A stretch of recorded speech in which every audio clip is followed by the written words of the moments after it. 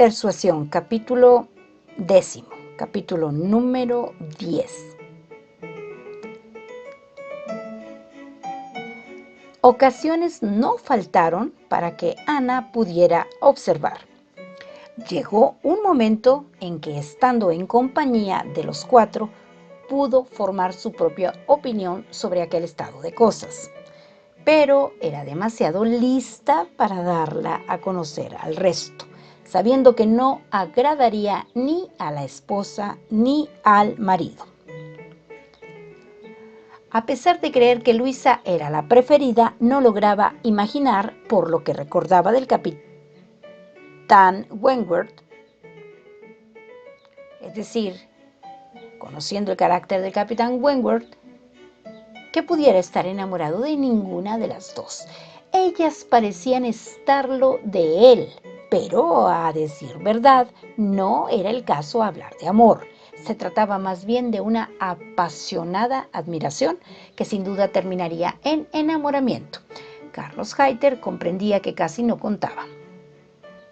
No obstante, Enriqueta por momentos parecía dividir sus atenciones entre ambos. Ana hubiera deseado hacerles ver la verdad y prevenir a todos en contra de los males a los que se exponían. Sin embargo, no atribuía malas intenciones a ninguno y se sintió satisfecha al descubrir que el capitán Wentworth no parecía consciente del daño que ocasionaba.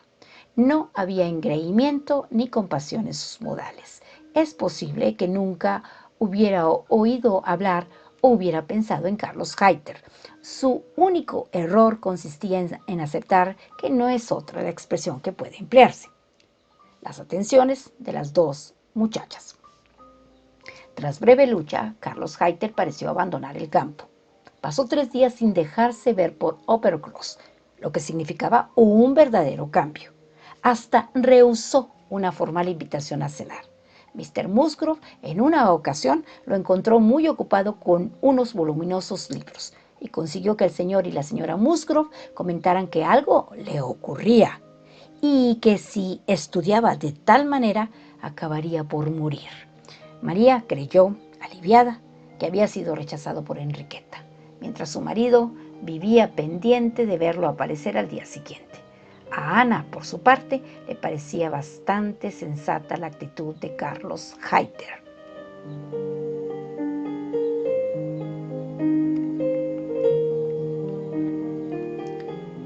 Una mañana, mientras Carlos Musgrove y el capitán Wentworth andaban juntos de cacería y mientras las mujeres de la quinta estaban sentadas trabajando sosegadamente, recibieron la visita de las hermanas de la casa grande.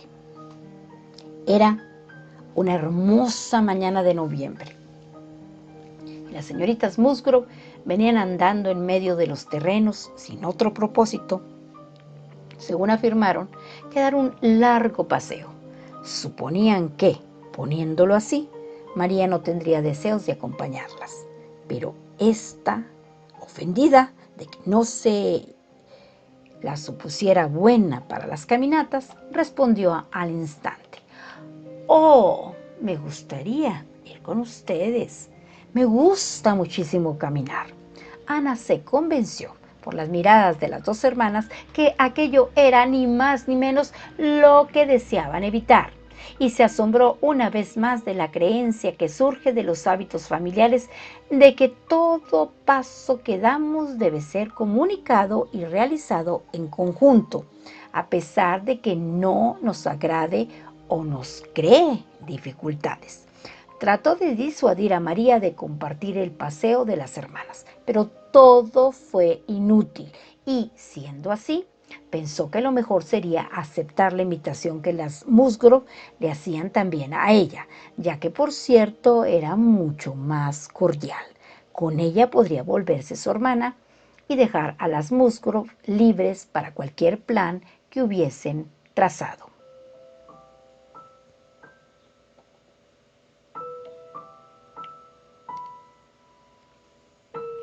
«No sé por qué suponen que no me gusta caminar», exclamó María mientras subían la escalera.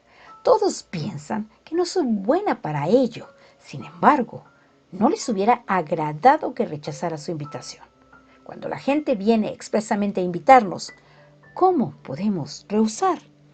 Justo al momento de partir, volvieron los caballeros. Habían llevado consigo un cachorro que les habían arruinado, un perro que les había arruinado la diversión y a causa del cual regresaban a casa temprano. Su tiempo disponible y sus ánimos parecían convidarlos a este paseo, que aceptaron sin vacilar. Si Ana lo hubiese previsto, ciertamente se hubiera quedado en casa. La curiosidad y el interés eran lo único que la llevaba con gusto al paseo. Pero era demasiado tarde para echar pie atrás y los 6 se pusieron en marcha en la dirección que llevaban las señoritas Musgrove, quienes al parecer se consideraban encargadas de guiar la caminata. Ana no deseaba estorbar a nadie y, por ello, en los recodos del camino se las ingeniaba para quedarse al lado de su hermana. Su placer provenía del ejercicio y del hermoso día, de la vista de las últimas sonrisas del año sobre las manchadas hojas y los mustios cercados, y del recuerdo de algunas descripciones poéticas del otoño, estación de peculiar e inextinguible influencia en las almas tiernas y de buen gusto, estación que ha arrancado a cada poeta digno de ser leído alguna descripción o algunos sentimientos. Se ocupaba cuanto podía en atraer estas remembranzas a su mente, pero era imposible que, estando cerca del capitán Wentworth y de las hermanas Musgrove, no hiciera algún esfuerzo por oír su charla. Nada demasiado importante pudo escuchar, sin embargo. Era una plática ligera, como la que pueden sostener jóvenes cualesquiera en un paseo más o menos íntimo. Conversaba él más con Luisa que con Enriqueta. Luisa, sin duda, le llamaba más la atención. Esta atención parecía crecer y hubo unas frases de Luisa que sorprendieron a Ana. Después de otro más de los continuos elogios que se hacían al hermoso día, el capitán Wentworth señaló: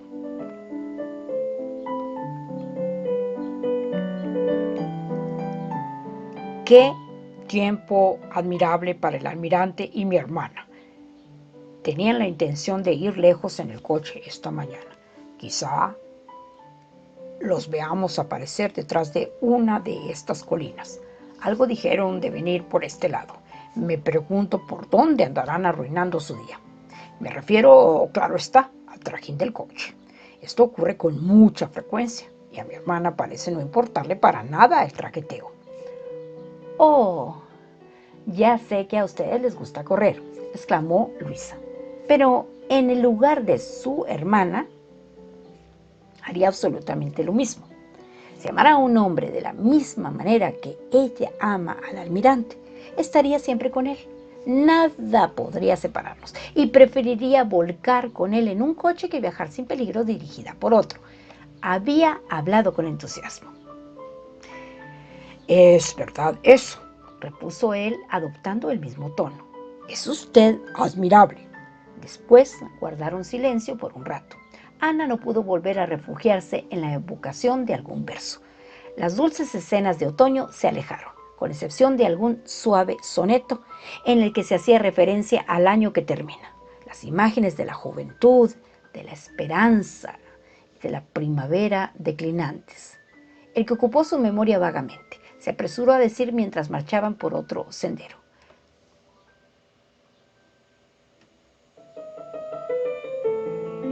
«¿No es este uno de los caminos que conducen a Winthrop?».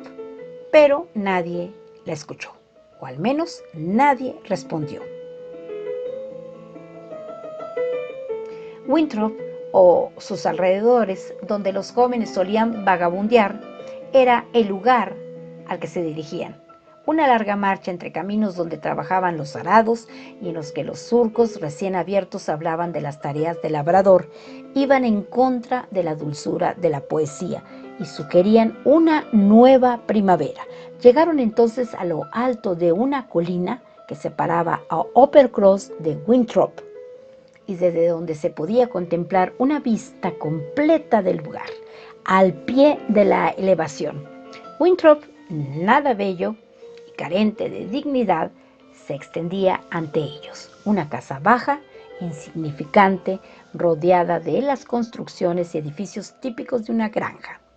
María exclamó: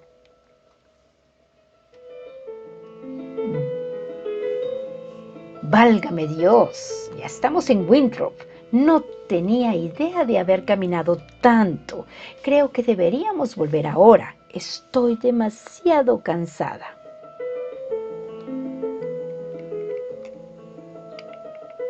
Enriqueta, consciente y avergonzada, no viendo aparecer al primo Carlos por ninguno de los senderos ni surgiendo de ningún portal, se disponía a cumplir con el deseo de María. «Oh, no», dijo Carlos Musgrove. «No, no», dijo Luisa con mayor energía, y, llevando a su hermana a un pequeño rincón, pareció argumentar con ella airadamente sobre el asunto. Carlos, por otra parte, deseaba ver a su tía, ya que el destino los había llevado tan cerca. Era, asimismo, evidente que, temeroso, trataba de inducir a su esposa a que los acompañara, pero este era uno de los puntos en los que la dama mostraba su tenacidad y así, pues, cuando se le recomendó la idea de descansar un cuarto de hora en Winthrop, ya que estaba agotada, respondió: «Oh, no, desde luego que no», segura de que el descenso de aquella colina le ocasionaría una molestia que no recompensaría ningún descanso en aquel lugar. En una palabra, sus ademanes y sus modos afirmaban que no tenía la más remota intención de ir. Después de una serie de debates y consultas, convinieron con Carlos y sus dos hermanas que él y Enriqueta bajarían por unos pocos minutos a ver a su tía, mientras el resto de la partida los esperaría en lo alto de la colina. Luisa parecía la principal organizadora del plan, y como bajó algunos pasos por la colina hablando con Enriqueta, María aprovechó la oportunidad para mirarla, desdeñosa y burlona, y decir al capitán Wentworth: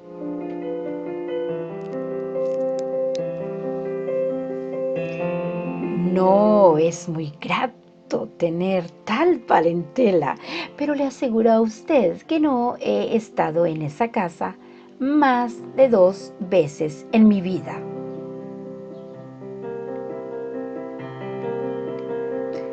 No recibió más respuesta que una artificial sonrisa de asentimiento, seguida de una desabrida mirada, al tiempo que le volvía la espalda. Y Ana conocía demasiado bien el significado de esos gestos. El borde de la colina donde permanecieron era un alegre rincón. Luisa volvió y María, habiendo encontrado un lugar confortable para sentarse en los umbrales de un pórtico, se sentía por demás satisfecha de verse rodeada de los demás. Pero Luisa llevó consigo al capitán Wentworth con el objeto de buscar unas nueces que crecían junto a un cerco, y cuando desaparecieron de su vista, María dejó de ser dichosa. Comenzó a enfadarse hasta con el asiento que ocupaba. Seguramente Luisa había encontrado uno mejor en alguna otra parte. Se aproximó hasta la misma entrada del sendero, pero no logró verlos por ninguna parte. Ana había encontrado un buen asiento para ella en un banco soleado, detrás de la cerca en donde estaba segura se encontraban los otros dos. María volvió a sentarse, pero su tranquilidad fue breve. Tenía la certeza de que Luisa había encontrado un buen asiento en alguna otra parte y ella debía compartirlo. Ana, realmente cansada, se alegraba de sentarse, y bien pronto oyó al capitán Wentworth y a Luisa marchando detrás del cerco, en busca del camino de vuelta entre el rudo y salvaje sendero central. Venían hablando. La voz de Luisa era la más distinguible. Parecía estar en medio de un acalorado discurso. Lo primero que Ana escuchó fue: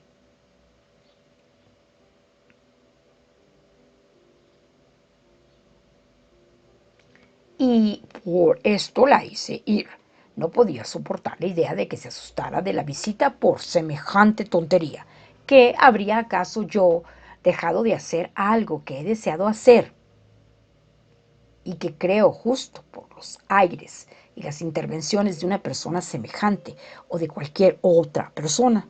No, por cierto, que no es tan fácil hacerme cambiar de idea. Cuando deseo hacer algo, lo hago. Enriqueta tenía toda la determinación de ir a Winthrop hoy, pero lo hubiera abandonado todo por una complacencia sin sentido. Entonces, si hubiera vuelto de no haber sido por usted, así es, casi me avergüenza decirlo.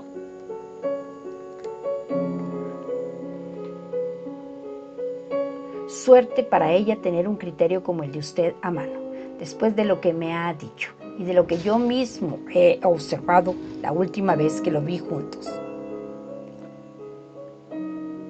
Después de lo que me ha dicho y de lo que yo mismo he observado la última vez que los vi juntos. No me cabe la menor duda de lo que está ocurriendo. Me doy cuenta de que no es solo una visita de cortesía a su tía. Gran dolor espera a ambos cuando se trate de asuntos importantes para ellos, cuando se requieran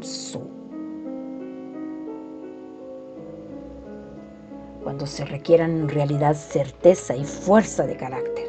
Si ya ella no tiene determinación para imponerse en una niñería como esta. Su hermana es una criatura encantadora, pero bien veo que es usted quien posee un carácter decidido y firme. Si aprecia la felicidad de ella, procure infundirle su espíritu. Esto, sin duda, es lo que usted ya está haciendo. El peor mal de un carácter indeciso y débil es que jamás se puede contar con él enteramente. Jamás podemos tener la certeza de que una buena impresión sea duradera. Cualquiera puede cambiarla. Dejemos que sean felices aquellos que son firmes. Aquí hay una nuez, exclamó, cogiendo una de una rama alta. Tomemos este ejemplo. Una hermosa nuez que, dotada de fuerza original, ha sobrevivido a todas las tempestades del otoño. Ni un punto, ni un rincón débil. Esta nuez, prosiguió con juguetona solemnidad, mientras muchas de las de su familia han caído y han sido pisoteadas, es aún dueña de toda la felicidad que puede poseer una nuez. Luego, volviendo a su tono habitual, continuó: mi mayor deseo para todas aquellas personas que me interesan es que sean firmes. Si Louisa Musgrove desea ser feliz en el otoño de su vida, debe preservar y emplear todo el poder de su mente. Al terminar de hablar, solo le respondió el silencio. Hubiese sido una sorpresa para Ana que Luisa hubiera podido contestar de inmediato a este discurso. Palabras tan interesantes dichas con tanto calor. Podía imaginar lo que Luisa sentía. En cuanto a ella, temía moverse por miedo a ser vista. Al paso de ellos, una gruesa rama la protegió y pasaron sin advertir su presencia. Antes de desaparecer, sin embargo, volvió a oírse la voz de Luisa.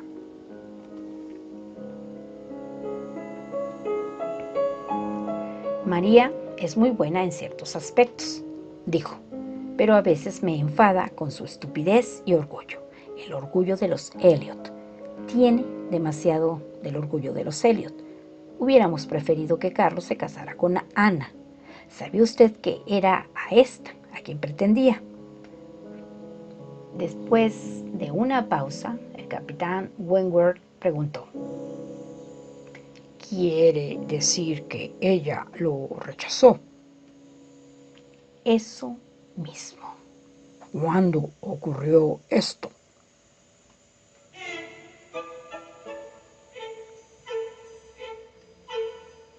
No podría decirlo con exactitud, porque Enriqueta y yo estábamos por entonces en el colegio, creo que un año antes de que se casara con María. Hubiera deseado que Ana aceptara. A todos nos gustaba ella muchísimo más. Y papá y mamá siempre han creído que todo fue obra de su gran amiga Lady Russell. Ellos creen que Carlos no era lo suficientemente cultivado para conquistar a Lady Russell y que por consiguiente ésta persuadió a Ana de rechazarlo.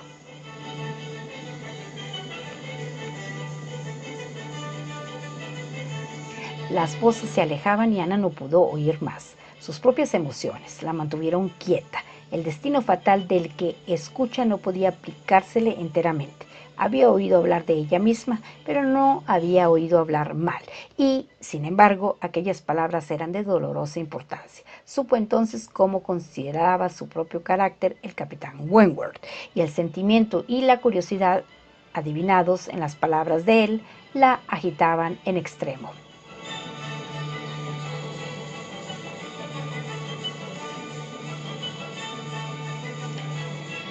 Tan pronto pudo fue a reunirse con María y ambas se dirigieron a su primitivo puesto, pero solo sintió un alivio cuando todos se encontraron de nuevo reunidos y la partida se puso en marcha. Su estado de ánimo requería de la soledad y del silencio que pueden hallarse en un grupo numeroso de personas. Carlos y Enriqueta volvieron acompañados, como era de presumir, por Carlos Hayter. Los detalles de todo este asunto Ana no podía entenderlos. Hasta el capitán Wentworth parecía no estar del todo enterado.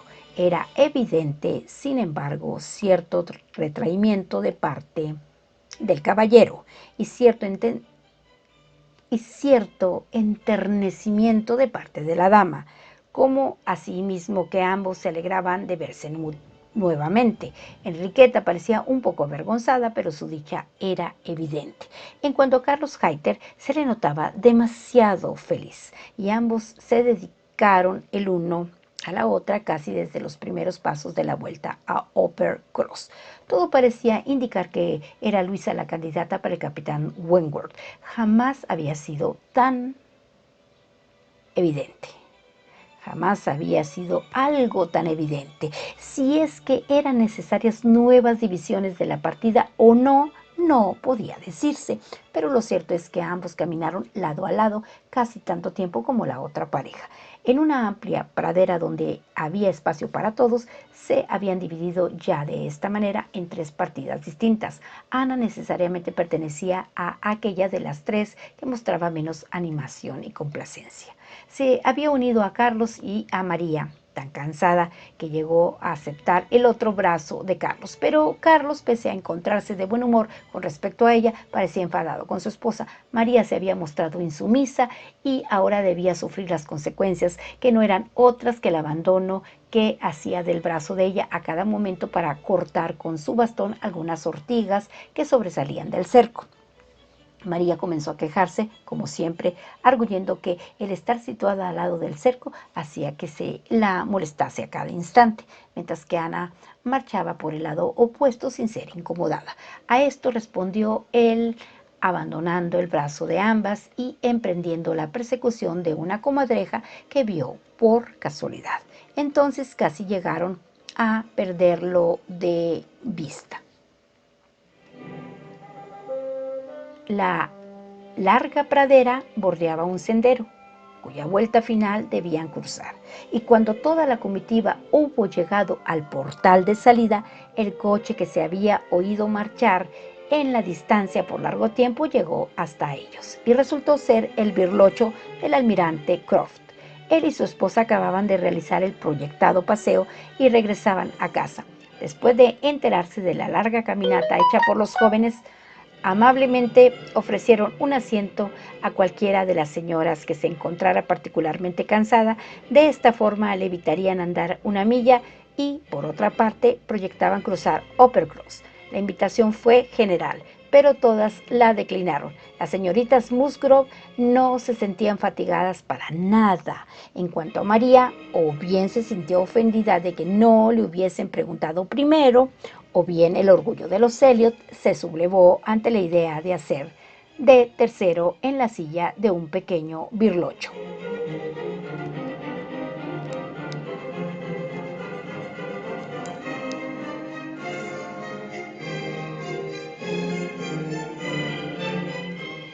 La partida había cruzado ya el sendero y subía por el declive opuesto, y el almirante había puesto en movimiento su caballo cuando el capitán Wentworth se aproximó para decir algo a su hermana. ¿Qué era? Pudo adivinarse por el efecto causado. Señorita Elliot, de seguro está usted cansada, dijo. Mr. Croft permítanos el placer de llevarla a casa. Hay muy cómodamente lugar para 3, puedo asegurárselo. Si todos tuviéramos sus proposiciones,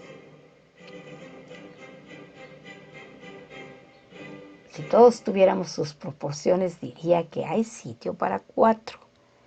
Debe venir con nosotros. Ana estaba aún en el sendero y, aunque instintivamente quiso negarse, no se le permitió proseguir. El almirante acudió en ayuda de su esposa y fue imposible rehusar a ambos. Se apretujaron cuanto fue posible para dejarle espacio y el capitán Wentworth, sin decir palabra, la ayudó a trepar al carruaje.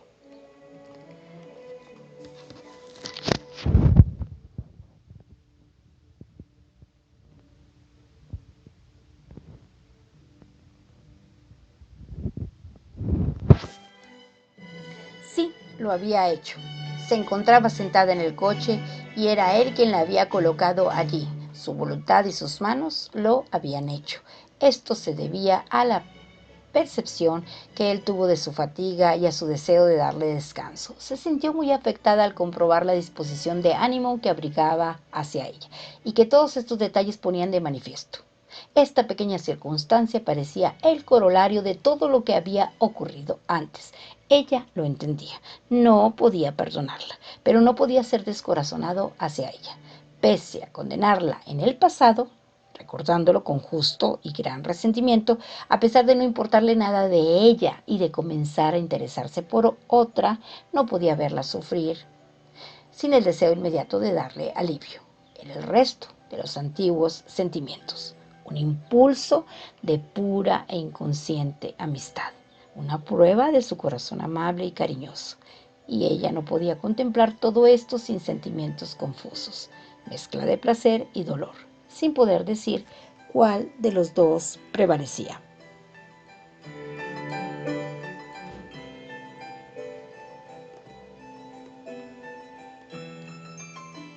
Sus respuestas a las atenciones y preguntas de sus compañeros fueron inconscientes al principio. Habían andado la mitad del rudo sendero antes de que ella comprendiera de lo que estaban hablando. Hablaban de Federico. Ciertamente está interesado en alguna de estas dos muchachas. Sofía, decía el almirante, pero ni él mismo sabe en cuál de las dos. Ya las ha cortejado bastante como para saber a cuál escoger. Esta indecisión es consecuencia de la paz. Si hubiera guerra, ya habría escogido hace tiempo. Los marinos, señorita Elliot, no podemos permitirnos el lujo de hacer un cortejo largo en tiempos de guerra. ¿Cuántos días pasaron, querida, entre el primer día que te vi y aquel en que nos sentamos juntos en nuestras propiedades de North Yarmouth? Mejor no hablar de ello, querido, dijo Mrs. Croft suavemente, porque si Miss Elliot oyera cuán rápidamente llegamos a entendernos, nunca entendería que hayamos sido tan felices juntos. Te conocía, sin embargo, de oídas desde mucho antes. Y yo había oído hablar de ti como de una muchacha muy bonita. Por otra parte, ¿qué teníamos que esperar? No me gusta esperar mucho por nada. Desearía que Federico se diese prisa y nos trajese a casa una de estas damitas de Kellynch. Siempre habrá allí compañía para ellas, y en verdad son muy agradables, aunque apenas distingo a una de la otra. Muchachas sinceras y de buen carácter realmente, dijo Mrs. Croft, en tono de tranquilo elogio, con algo en la manera de hablar que hizo pensar a Ana que no consideraba a ninguna de las dos hermanas dignas de casarse con su hermano. Y de una familia muy respetable. No se podría encontrar mejores parientes. Mi querido almirante, ese poste. Nos vamos contra ese poste. Pero, empuñando ella misma las riendas, evitó el peligro. Más adelante evitó un surco y al caer bajo las ruedas de un coche grande, Ana, ligeramente divertida de la manera de conducir de ambos, unidos sobre las riendas, lo que también podía ser un símbolo de su unión en otros aspectos, se encontró tranquilamente de vuelta en su casa.